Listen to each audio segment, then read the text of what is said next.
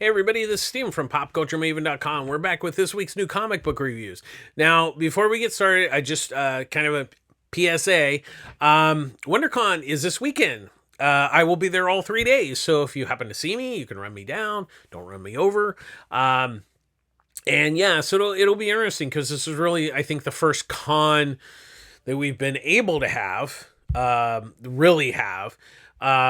So we'll see how it turns out. It's not going to be a big con. I think it'll be a big con, but not like we're used to. So we'll kind of see. This is like baby steps.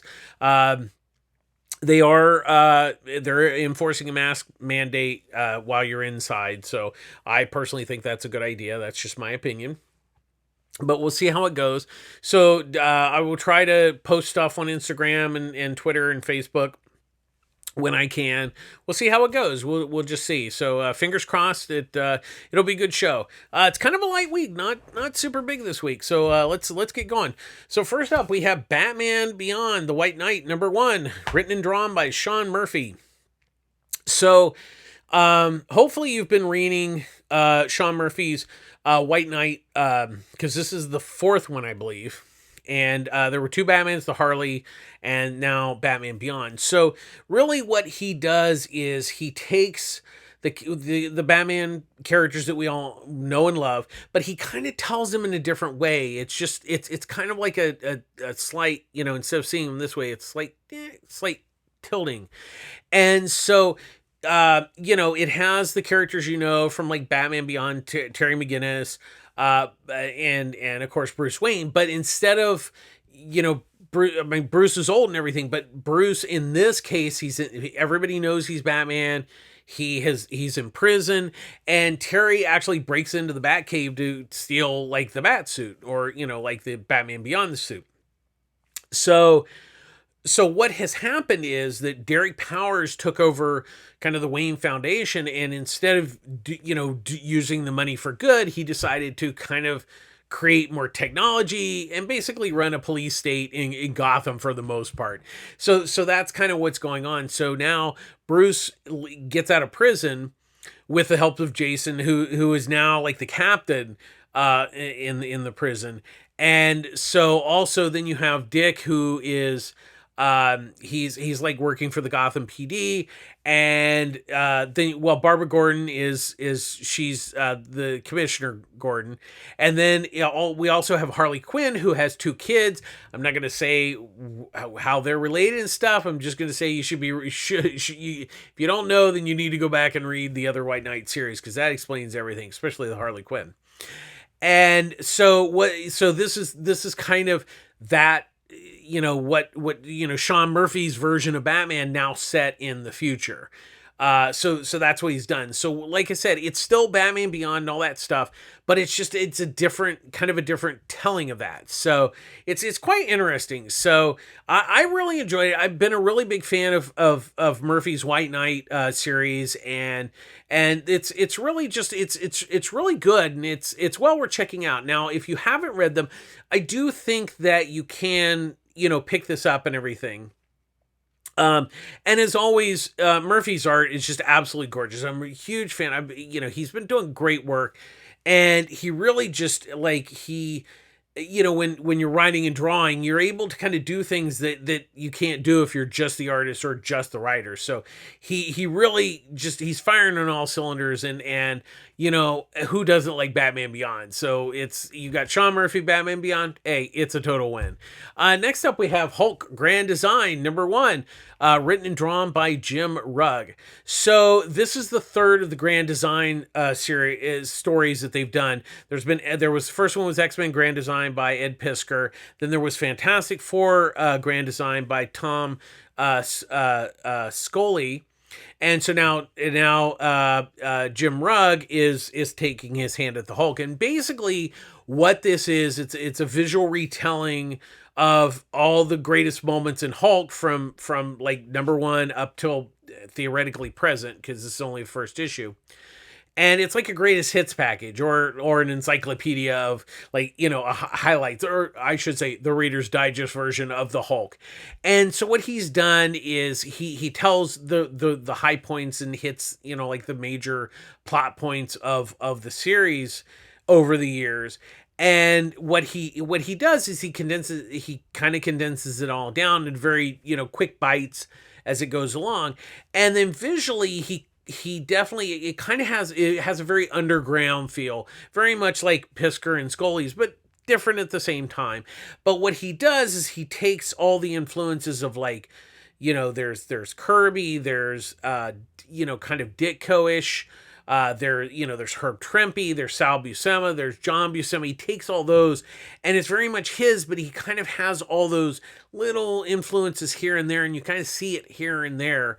And it's really quite interesting. I mean, it's, like I said, it's kind of a greatest hits package, but it's really interesting. It's instead of doing it in text, it's done in comics, and it works out really well.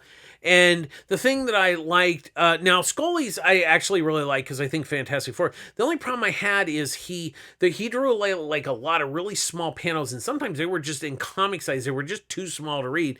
Where the one thing I definitely appreciate about Rugg is he understands the comic format, so he doesn't. He draws this for the comic format. Now, the other ones were eventually released in larger formats, and it'll probably happen with this one. But this one does work well in the comic format that it is right now. And I think if you read those, I think it's interesting. If you've never really been a Hulk fan or something, this is kind of gives you the history of Hulk through, like a greatest hits package. So, they're interesting. I mean, I pretty much know most of this stuff. It was kind of like, okay, I know this and this. Okay, I don't remember that. But for new readers, it's not a bad, like, history lesson. So, I think it's worth checking out. Next up, we have Astro City. That was then special number 1, written by Kurt Bissett, with artwork by Brent Anderson. So what this is it's a one shot. So if you've never read Astro City, this is a great kind of jumping on point that gives you an idea of what Astro City is. What Astro City is now Kurt Bissett wrote Marvels, which was what if superheroes existed in the real world. And in some ways, this is like that, but it's kind of the opposite. It's that, yes, superheroes exist, but it's more of what is it like to be a superhero? How is it to deal with being a superhero? What's it like to be a human being that's a superhero? That's kind of what this is. And so what this story is, it starts off in the present with this kind of, so you have the present, which is roughly the new Teen Titans, and they're talking about the, kind of like the original versions of the new Teen Titans, or you could say the original X-Men or the new X-Men, same theory. From 1969. So the 1969 group, the Jayhawks, were kind of the first teen superhero group, and then, they battled villains and stuff, and they eventually, most of the team got killed. And so what this current, like the present day is, they're graduating from high school, and they're like, they go on this trip, like this camping trip to kind of like, what do we do next? Do we become superhero? Do we become adult superheroes? Do we go to college?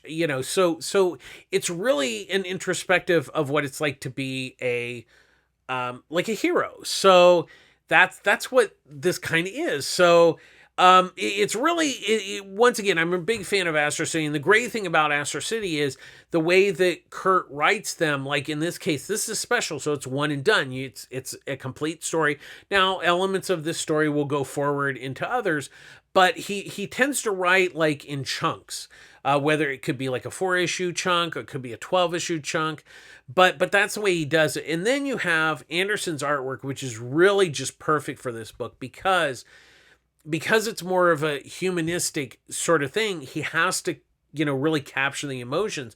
And especially, like when these kids are talking about like, life and everything, he just is able to nail like the facial, emotions of Bissett's story. And it's wonderful. They've been doing this a long time. if you haven't read Astro City, this week also is a trade paperback of the first set of stories. So I would say pick up the special, see if you like it, and if you do, which you should, because this is a really damn good book, then definitely check out that trade. That'll really catch you up and kind of give you even more of this great, wonderful universe that Bissett and Anderson have created. So definitely check that out. Next up, we have Batman One Dark Knight, #2, written and drawn by Jock. Yes, it's been 2 months since the first issue. So it's really frustrating with some of these black labels with them being bi-monthly that it's like, oh, shoot, I don't even remember what the hell happened. So quick catch up. So Gotham or Arkham, they're transferring a prisoner from Arkham to a black site. So so Batman's following along, make sure it goes, and this villain basically is like a human EMP. So if he goes off, and which he does, he blacks out Gotham. So basically, Batman has to still get him to the black site thing. So the basic story here is what if Batman was in the Warriors, the Walter Hill movie? And that's exactly that's the best way to describe it. What if Batman was, instead of the Warriors trying to get back home, Batman's trying to get to Blacksite? That's all it is. And in some ways, that's kind of why this is working so well, because it's just that simple. It's just a pretty basic plot here, and for what it is, it's enjoyable. It's not. I won't say that this is the best Batman story I've ever read, but I'm enjoying it because it's Batman meets the Warriors. So in that respect, it's fun. Jock's, this is the first time that I know of that he's written a story. And he's doing a pretty decent job. It's not bad. Now, of course, obviously his art's the big pull for this book, and once again, it's a really gorgeous book. So, like I said, I'm having fun with it. But I would suggest that if you haven't picked up the first issue at this point, it's going to be 2 months before the next issue. You might just want to wait until the collection of it comes out. But if you bought the first issue, this one, hey, I enjoyed it. I had fun.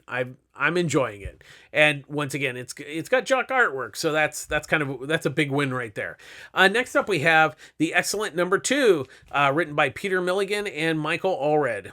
So once again, this book has kind of sprung out from Ecstatic, and it's really it's never been like a mainstream like Marvel or even X-Men book. It's very much it's not that when you read it you don't understand it. That's not it. It's just a very different way of doing superheroes. It's very much how like Mike Allred did Madman. Madman's a hero, but that's about where it ends. After that, trying to explain Madman, I could spend probably an hour trying to explain it, and you probably still wouldn't understand. And in some way, the X-Cellent kind of suffers from that, and I don't mean that in a bad way. It's just that it's not. It's linear storytelling, like everything's very very much there, but it's more than just that. There's so much. It's just not. It's not straightforward per se. It's like like Neil Gaiman's Sandman. It's Sandman, but it's not that simple. It's not just Sandman. And so, but once again, I'm a big fan of these two guys, and I love the book, but it's certainly not going to be for everyone. I would say if this is your first exposure, I wouldn't say that this is the best. I would definitely, I would say start with Ecstatic and then go to this. But I am finding it quite intriguing what they're doing, how they're dealing with kind of two very similar super teams. You have the good team and the bad team, and that structure is very basic and simple, but there's so much kind of more to it, like mentally, than a typical, like, say, X book. And that's what I love about what Milligan and Allred do. And once again, for me, I'm a sucker for Michael. I love Michael Allred's artwork, and so once again, that guy could draw the phone book, and I'd buy it. So, at the very least, I love Michael Allred's artwork, and it's well worth it for that. But like I said, this is not a mainstream X-Men book, so just in that respect, be cautious. But if you've read Ecstatic and you're a big fan, hey, this is more of the fun stuff. Next up, we have Step by Bloody Step, #2, written by Cy Spurrier, with artwork by Matthias Bagara. So once again, this is a very interesting book because it's all visually told. There is no dialogue. There is dialogue, but it's in a language we don't understand. So that is quite interesting here. But once again, Spur is really telling a very interesting story. So we have this kind of the cyborg that we learned from the first issue is somewhat human at a point, because it looks like there's somebody in this giant suit that is taking care of this girl, watching out for her, but it appears that they're going from point A to point B. We're not entirely sure. We get that basic structure of the story, but we also know that like the government or the people who run like the big cities and stuff are trying to hunt them down. Now, once again, we don't know why and everything, but once again, it's very interesting. In a lot of ways, the story is very ethereal. We like kind of know the basics, but we don't know like the little details, but we're starting to learn like little things here and there about like, not so much the girl in the cyborg, which we kind of really learned from the first issue, but we're kind of learning about like what this government is, and obviously they're oppressive, and people are struggling. So there's kind of that. There's a lot going on, but yeah, but you're not being told everything. But what I like about it is the book kind of washes over you and a lot of that has to do with the way that the story is, but it also really is because Bagheera's artwork is really bringing Spur's story to life without any dialogue, which is hard to do on two levels. It's hard to write that because you have to like explain to the artist like how I want this written, and visually you need to do this. So it's not that simple on either side of the fence, but amazingly that they're able to really pull it off. And it's not only a really intriguing story, but visually it's stunning. It's absolutely Bagheera's artwork. It's gorgeous. It's absolutely gorgeous. And yet, he's able to, like do these big vistas and tell the big visual part of the story. But then like there's the little things that are just, it's really wonderful. It's a really wonderful book. If you haven't checked it out, I really, really, really recommend this. It's really an intriguing book. Next up, we have Hulk #5, written by Donny Cates and Ryan Ottley. So this is the next to the last of this first story arc. So basically Bruce Banner is running Hulk as a kaiju. He's somewhat gone off the deep end at this point. We pretty much, I mean, he's gone somewhat silly. Now we see Betty. Now Betty, we know Betty is dead, but the question is he imagining, like, is it his subconscious being Betty, or is it possible like Betty's a ghost and is back? We don't know. And honestly, it just like it doesn't make any difference either way. It's intriguing. So at this point, he's fighting. So what it is, this world is been overrun by gamma radiation monsters. And so what he's doing is he's trying to stop. It's kind of like the government wants to use gamma radiation, and Bruce Banner's trying to stop him in kind of a basic way. And so this issue, so things are going downhill for Banner. And then of course, General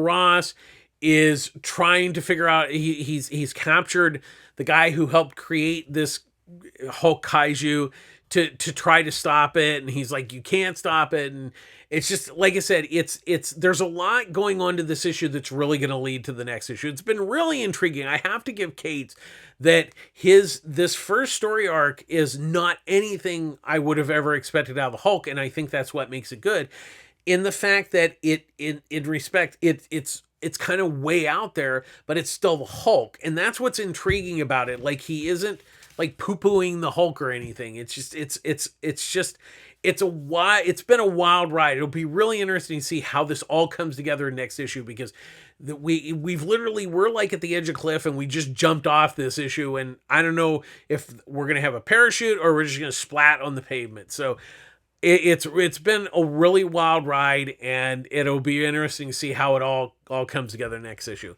And finally, this week we have the Swamp Thing number 11, written by Ram V with artwork by Mike Perkins. So this is the second part of the story arc. So first of all, not a good jumping on point, because this really takes place after the issue 10 that came out a while ago. So they took a break and then they came back for the second story arc. So if you have not read this, run out now, right now, to your local comic shop and buy the trade paperback first 10 issues. First and foremost, this has been one of the best Swamp Thing series I've read in quite a while. And Ram V really gets it. I think what I really have loved about this is that he understands that Swamp Thing has a history. Like, you have obviously the Len Wein, Bernie Wrightson, you have Alan Moore, you have Rick Vetch, and he has this is very much his story, but he also has structured it to stand on the shoulders of what has come before. So he uses that's a foundation. That's kind of like, in a way, like the roots of this story, that it's very much Ram V, but he understands by how to use things from those, but yet strike his own way, in telling a story. And that's what's really been impressive about this. And then this issue, he really digs deep, because he goes back and he brings Teffy Holland into that, and that goes back to somewhat the Alan Moore, but more so the Rick Vetch period, because that's where that story had started but didn't get finished, but the bones of it come from there. And so Teffy is the daughter of the Hollands, but she's also the biological daughter of John Constantine. So she's half green, half the green, and half demon. So that's what Teffy. So why he's bringing her in is because Levi and his brother Jacob are battling in the green. They're stuck in the green, or more so Levi stuck in the green, and Jennifer's trying to save him, or and to help save the green. And so she goes to Teffy to say, hey, I need to help Levi. I need to help him. And she's, because she knows that Teffy can take her to the green. And so that brings a whole nother, kind of like, just opens like a can of, wow, that's gonna be amazing. And so that's really how this kind of first issue of this second story arc starts. But there were two things that were really interesting. First, that Ram V brings in John Cooper, aka Jack Hawksmoor. And what's interesting about that is, first of all, he's from the Wildstorm universe. So that's, we've seen more and more lately of DC bringing the Wildstorm characters back into the DC universe. But in a way, he's the opposite of Swamp Thing, where Swamp Thing is the green. Jack is like the city, so you have like this kind of, light, dark, yin yang, black and white, sort of like they're different, but they're very similar in a lot of ways. They're as similar as they are different. That's a good way to put it. And so that also, that he brings him in, also just like, whoa, where is this going? So it was just really, there was a lot going on in this first part of the second story arc that was just absolutely amazing. And then on top of that, you have Mike Perkins' gorgeous artwork. I mean, this guy has really been knocking out of the park. And what even impressed me more was that the first few pages that brings Teffy into the story. Now, I could be wrong, but it really visually reminded me of John Totalban and Stephen Bissett's visual interpretation of Swamp Thing from Alan Moore's run. And there is also some Rick Vetch kind of put into there too. So I thought that, personally, I thought that was a really nice touch. Also, it's colored very differently. It's kind of like it's almost like painted a little bit. And I just thought it was a really nice touch because Teffy kind of goes back to those eras. And it was really, really intriguing. And then, of course, then we get to the part where the Green and Levi's trying to, like, kind of keep the green world from collapsing in a way. And, because of Jacob.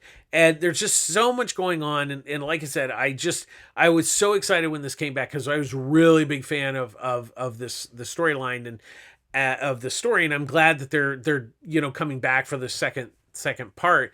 And it's really been wonderful. It's like if you even remotely like Swamp Thing, Ram V is just knocking out of the park, and Perkins brings so much to the party that's just absolutely amazing. This has been probably one of my favorite Swamp Thing series in quite a while. And they both get it. I think that's really the thing, is like, it seems with Swamp Thing, you either are able to get it, or the creative team either gets it or does not. And thankfully, in this case, Ram V and Mike Perkins really get it. So that's going to do it this week. As always, public service announcement. I buy all my comics at Pulp Fiction Comics in Long Beach, California. Ryan runs a great store. There's Annie, Eduardo, and Wendy. They're always there to help. They offer discounts on trades of graphic novels. They have a great pull service. You get discounts on your new comics. If you're in the Long Beach or South Bay area, or even in Orange County, it's a great store to go to. Really, really. If they don't have it, they can try to get it for you. And if you live more in the LA area, there is a sister store with the same name but different owner, Pulp Fiction Culver City. Chris and her team, Chris is the owner. Her and her team are really great. Once again, they offer discounts and stuff. Really, as I always say, it's really important to support your local comic shop. It's very, very important. Because they're really the lifeblood of the comic book industry. And as always, we end our show. Please be kind.